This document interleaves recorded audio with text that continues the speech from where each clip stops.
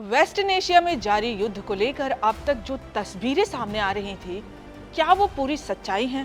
क्या एक तरफ दावा किया जा रहा है कि ईरान की सैन्य ताकत को 90% तक कमजोर कर दिया गया है, लेकिन दूसरी तरफ जमीनी हालात कुछ और ही कहानी बयान कर रहे हैं। आखिर क्यों अब भी ईरान, कतर और सऊदी अरब के अहम ऊर्जा ठिकानों को निशाना बनाया जा रहा है? क्या अमेरिका की रणनीति में कहीं बड़ी चूक हुई है?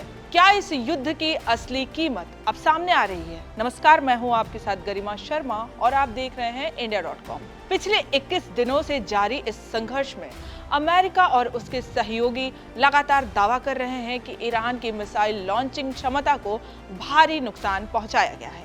रिपोर्ट्स के मुताबिक ईरान के करीब 60% लॉन्चर्स को नष्ट कर दिया गया है, लेकिन इसके बावजूद हमले रुकने का नाम नहीं ले रहे हैं। खास तौर पर कतर और सऊदी अरब जैसे देशों के ऊर्जा ठिकानों पर लगातार हमले इस बात की ओर इशारा करते हैं कि ईरान की क्षमता अभी भी पूरी तरह खत्म नहीं हुई है।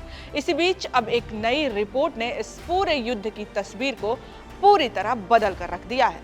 ब्लूमबर्ग की एक रिपोर्ट के मुताबिक इस युद्ध की असली लागत और नुकसान अब सामने आने लगी है। रिपोर्ट्स में खुलासा हुआ है कि अमेरिकी सेना को उम्मीद से कहीं ज्यादा नुकसान झेलना पड़ा है। कुवैत में फ्रेंडली फायर की एक रहस्यमयी घटना में F-15 जैसे एडवांस फाइटर जेट्स को नुकसान पहुंचा। वहीं अमेरिकी एयरफोर्स के सबसे अहम रिफ्यूलिंग विमान KC-135 स्ट्रैटो टैंकर भी हमले के निशाने पर आ गए। इतना ही नहीं, ईरान ने Islamic revolutionary guard corps IRGC ने दावा किया है कि उसने एक अमेरिकी F-35 फाइटर जेट्स को भी निशाना बनाया है। हालांकि इस दावे की ऑफिशियली कंफर्मेशन अभी नहीं हुई है।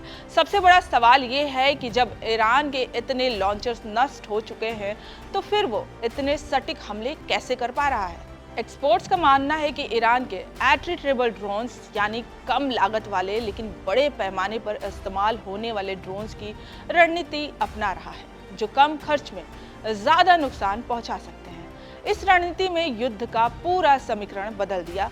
जहां एक तरफ अमेरिकी हाईटेक और महंगे सिस्टम पर निर्भर हैं, वहीं ईरान कम लागत में लगातार हमले करने की क्षमता बनाए हुए है। यही वजह है कि युद्ध जितना लंबा खिंच रहा है, उतना ही ज्यादा आर्थिक और रणनीतिक चुनौतियां सामने आ रही हैं। कुल मिलाकर ये संघर्ष अब सिर्फ ताकत का नहीं, बल्कि रणनीति और संसाधनों की लड़ाई बन चुकी है। अगर यही हालात बने रहे तो ये युद्ध सिर्फ मैदान में नहीं, बल्कि आर्थिक और तकनीकी मोर्चे पर भी लंबा और महंगा साबित हो सकता है। अब दुनिया की नजरें इस बात पर टिकी है कि क्या ये संघर्ष जल्द खत्म होगा या फिर इसकी असली कीमत अभी और सामने आने वाली है। फिलहाल के लिए इतना ही। आप बने रहिए इंडिया.com के साथ।